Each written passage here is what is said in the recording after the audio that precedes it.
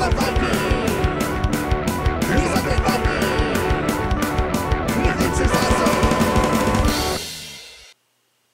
everybody, it's me, Undead Viking. I'm here to talk to you about this game, and it's called Biergarten. In Biergarten, you and your friends will be taking the part of the role of a restaurant owner that is indulging in creating a patio for your restaurant that is going to be the finest beer garden in the land. And you do that by taking, well, technically I guess they say it's like a kind of a tile laying game, but you're taking cards, and you're going to be taking cards and you're going to be placing them down and building a beer garden or a beer patio or whatever for your restaurant. And you have to match up the colors. There's all these different colored umbrellas and different colored shields that you have to actually put together in kind of like a puzzle format. And in doing so, you will score points for matching up colors. You'll score bonus points for getting like umbrellas of the same type, or like building a nice wall, things like that. And I'll explain that how the game is played. This is one of those really cool games that it isn't, well, I mean, I shouldn't say it isn't thinky, because it is. It's like a puzzle game, which I like trying to figure out how I'm going to use certain cards in certain situations, and I like those types of games. But it is one of those games that has like almost no rules. You know, it's got like maybe 3 rules in the entire game, but it is still manages to be very challenging and very puzzling, I guess. And I've only like won this once, and I've played it at least a dozen times, so it's definitely very challenging. Or maybe the players I'm playing with are just way too good. But regardless, let me show you how to play Biergarten, and then we'll come back here and I'll talk more about why I dig it. All right, cool. Alright, this is Biergarten. I'm going to show you how to play. To begin the game, you put the scoring board out, you put the deck out, you give everybody 2 cards. These cards are your hand, they are kept secret. However, I'm going to turn these over just because I'm going to show you how to play. And then you take the top 3 cards and you put them into the supply. The supply is the cards you can see that you can possibly take into your hand. I'll explain that in just a little bit. This game does not have a lot of rules, but it is very deceptively tricky and sneaky, and it is very difficult to be good at it. Trust me, this game has been very perplexing to me, and it's like kind of one of those puzzle games that I really enjoy playing, but man, it has taken me a while to be good at this one. So anyway, after you get your first 2 cards, you're going to determine a first player, and then each person is going to get what's called a home card. A home card will have the 4 shields on each side and have 2 colors. And so you're going to want to take one that matches up well. So here we go. We're going to take this one. It matches up well with the colors that we started with. Notice I have yellow and red there. So you'll notice that each card is going to have these 2 arrows up there. And it's important to note that you are never able to move your card. You can't rotate it around. You have to have those arrows pointing towards the center of the board. So then you go ahead and place that card in the middle of your tableau, and on your turn you're going to do 2 things and then 1 thing that's possible. The first thing that you're going to do is you're going to take 1 card. You can either take a card off the top of the deck, you can take a card from the supply, or you can take a card from somebody's hand. If you take a card from somebody's hand, they immediately get to replace that card with a card from the top of the deck. So when they start their turn, they will have 2 cards in their hand. If you take a card from the supply, you will immediately replace that card from the supply with a card from the top of the deck. Pretty simple, right? So we're going to go ahead and take this card because it's yellow, and we have yellow cards out there. And we're going to replace that like so. Place that down. And then we're going to take a card from our hand. We're going to place it into our Biergarten. So when you look, and whenever you place a card, first of all, you can't match up a wall like this to a shield like that. You can't set it up diagonally either. You have to set it up orthogonally. So after you set that up, you're going to notice if the colors match, in this case those 2 match, what we're going to do is we're going to score 2 points for that because those two spots match.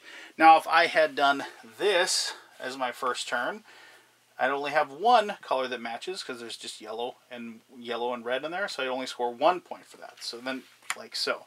Now, after you've taken the card and played a card, you have the option of moving a card or swapping cards. Now, right now, we can't really move cards or swap cards because of the fact that we only have the 1, and we probably wouldn't have placed the card in the place we didn't want that, so there's nothing to move. But let's just show how that works. So, let's say this is the same thing in front of us. We're going to go ahead and take that card, and we're going to turn over the next one. Oh, there's a wild card there. I'll explain that in just a second. But when we place our cards, what we're going to do is we're going to take one of our cards and we're going to place it like so. And so in this case, oh, we already scored 2. I forgot to change that. So 2, we place this card and that would score us 3. But now we can do what's called the move. And when you move it into the spot and you're going to push all the cards over. Now if there are more cards here, they get pushed as well. But you go ahead and move it like so and push it, and now you have a situation where it was only scoring us 1 point there, but now we're matching here for 1 point and here for 1 point. and that would actually propel that up to 4 points. Pretty simple, right? Now the swap is just what you probably can assume. So if you had placed a card like this up top, and normally that's worth a point, so we'd be from 2 to 3. But let's say for whatever reason you wanted to get this card down here. You would just, I apologize. Let's put it here. That would work because obviously I forgot that there was a wall there on the bottom. So in this situation, let's say we just want to do it like that. So if we did a swap, what we do is we go ahead and move it like so. And there would be no change of the score, but for whatever reason, notice there's a wall now that follows like so. Why does that matter? One of the ways you can score a bunch of bonus points is if you can get a continuous wall that surrounds your entire beer garden. Now you might be saying, well, why would I contain my beer garden for bonus points? So the bonus points for doing that is worth 6. That's a lot of points. Now the reason why that's good and why that's important is because the first person to score 15 points or more is going to trigger the end game. There is no set number of turns for a beer garden. So, and as soon as that end game is triggered, then everybody else, aside from the person who just put the score over 15, or 15 or high, I should say, will get one more turn. And then they will determine the winner as far as who has the most points there. So, it's one of those things where you want to get as close as you can to 15, and then maybe complete your wall. And then you get that bonus 6 points, and you can, like, notice how, like, you could be at 14, like, the max score is 20. That would be a pretty impressive score. Now, there is, well, and technically, well, here's the deal. The thing is that you can score other points, bonus points as well. You can score bonus points for having one match of each color. So if you match up yellow, if you match up green, if you match up blue, and you match up red, you get a bonus of 3 points for doing so. And that's why having these double matches is really, really awesome. When you have a double match like that, you've taken care of 2 of the 4 colors in that situation. Another way that you can score bonus points is if you have a continuous situation of 7 or more umbrellas. Now you can notice that there are different numbers of umbrellas in each one of these. There's 3 here, there's 2 here, and there's like one of each, red and yellow in that one. But let me just see if I can find another yellow one just to kind of show you how this works. And there we go. Perfect. So let's say, on your tableau, and let me just kind of move this out of the way here just so you can see how this works. If you managed, let's see if I can pull this off. Yeah, there we go. So if you had managed to do this on your tableau, you'll notice 1, 2, 3, 4, 5, 6. There's like, well, actually, even that and that would work because of the fact that that is 7 umbrellas. And if you do that, you gain bonus of 2 points. And those bonuses are scored immediately. It isn't something where you score them at the end of the game. And you can do this for every single color. So if you could do this for each color, that would be a bonus total of 8 points. Be tough to do, but you could pull it off. So, the only other thing I was going to mention was a wild card. Wild cards are just like you can say. They are completely wild. They can be any color you want them to be. But you can only score 1 point. You can't say that, like, you couldn't put it next to this card and say, this is blue and red. You would just have to pick one color. You'd say, okay, it's blue. The cool thing is that you can say the other side is completely different as well. So you could have a situation where, yes, on this side you're saying it's blue, and so it matches up with this particular card.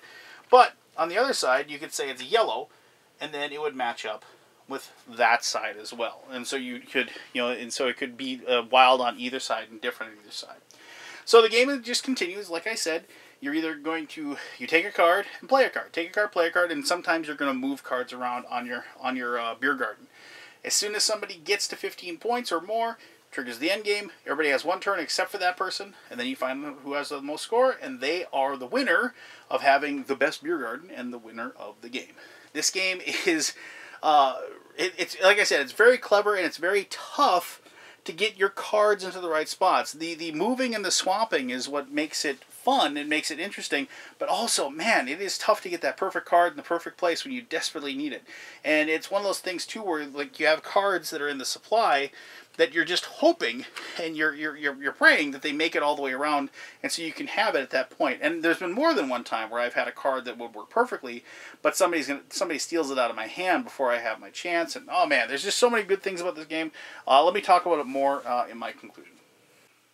Alright, thank you very much for sitting through the gameplay portion of the video. Now, I said I really dig this game in my introduction, and yeah, I mean, obviously I dig the theme. I am a person that will hoist a few every once in a while, and I'm definitely a craft beer snob, if you will. And I like the idea of being a restaurateur, if you will, and like trying to make a nice place for people to sit down and have a good toast of a banquet beer or what have you with each other. And yeah, obviously, they could have made the theme about anything, and it would have worked. I mean, you could have made it being space stations, or pirate ships, or, you know, dinosaurs trying to make caves or something. But I like this. I like the fact that they went to the trouble of, like, trying to make a game about, you know, like, celebrating, or an Oktoberfest type of situation or whatever. And you know, if you are a person that digs that theme, it's going to appeal to you, and it appealed to me. Now, regardless, if the theme can be whatever, and if the game doesn't appeal, or the game isn't any fun, you know, I wouldn't play it. But obviously, as I said, this game has like a lot of puzzle to it. It has a lot of difficulty to it. Because there's more than one time when I've been playing the game where I've had cards that just didn't match up, and I had to play one. Because you don't have an option of like, you may play a card. You have to put a card down, find a spot for it, and put it into your garden. And sometimes, like, because of the way the walls are set up and things like that, you're kind of forced into a situation where you might have to play a card that you don't really want to. And once it's there, it's stuck. You don't have a way to like blow it up or anything and get it out of there. Now all of a sudden you have that card. You got to figure out a way to integrate it in with the rest of the cards that you have. And that's where those swaps and those moves come in. But finding the perfect card to swap or move and switch things around, you know, it kind of reminds me of those, you know, in a way, it reminds me of like those games where you have the like 1, 2, 3, 4, 5, 6, 7, 8, 9 or whatever, and you can only move one tile at a time. I hated those. You know, like trying to figure out how you're going to get it all in a row or whatever. I'm the one who would always crack it open and just put them in there how I wanted to show that I won. I'm the guy who took the stickers off the Rubik's Cube too. But regardless, so that's what it kind of feels like, and it's very tense, actually, when, like, you're trying to, like, you know, figure out how you're going to fix that screw-up you just did, and you're watching the other players climb closer and closer and closer to that 15-point, like, level, where then it triggers the end game, and then you're worried you're going to be left behind. Now, I should mention that if you want to play a quicker game on the back side, it's kind of neat. They call this the lager side, and then they call this the ale side. And you notice the ale side only goes up to the 15, and the end game triggers at 10. So if you want to play a quicker game, you can play a quicker game with the ale side of the board. And actually, I've played that in my workplace with my buddies while we're eating our sandwiches and drinking our sodas. And this is another one of those games in like a small little package that I can bring. And like I said, it doesn't take me long. I can, if somebody wants to play, I can teach them the game in like less than 5 minutes, and then we're good to go. You know, like I said, I was really surprised with the difficulty that I was having with mastering this game, and I have nowhere near mastering it. I mean, yes, there's some luck involved as far as the cards that come over and what you have, but I really enjoy, like, you know, as I said, that tension as you're kind of trying to build out your, you know, garden, if you will. You've heard me talk about garden games before, and this is, you know, your beer garden or whatever, but you're trying to build out your beer garden, and you're in a race, basically, with the other people, and you want to make sure that you get above and to that point, you know, and you're looking for that final card to give you all those big bonus points so you can, if you're going to trigger the end game, make sure it isn't like at the bare minimum or whatever, because somebody, you know, most likely, unless they're like way behind, is going to overtake you at that point. So there you go. If you're looking for a fun little game that you can play in about 20-25 minutes, you can teach somebody in about 3 minutes. I definitely consider, I would consider checking this out. If you're a fan of tile-laying games, fan of puzzle games, I think you're really going to enjoy this one. So there you go. Thank you very much, as always, for taking the time to watch this video. If you have any questions about Biergarten, please post away. I'll answer those to the best of my ability. And, as always, I am the Undead Viking, and I'm telling you to have yourself one heck of an awesome day. All right, bye-bye.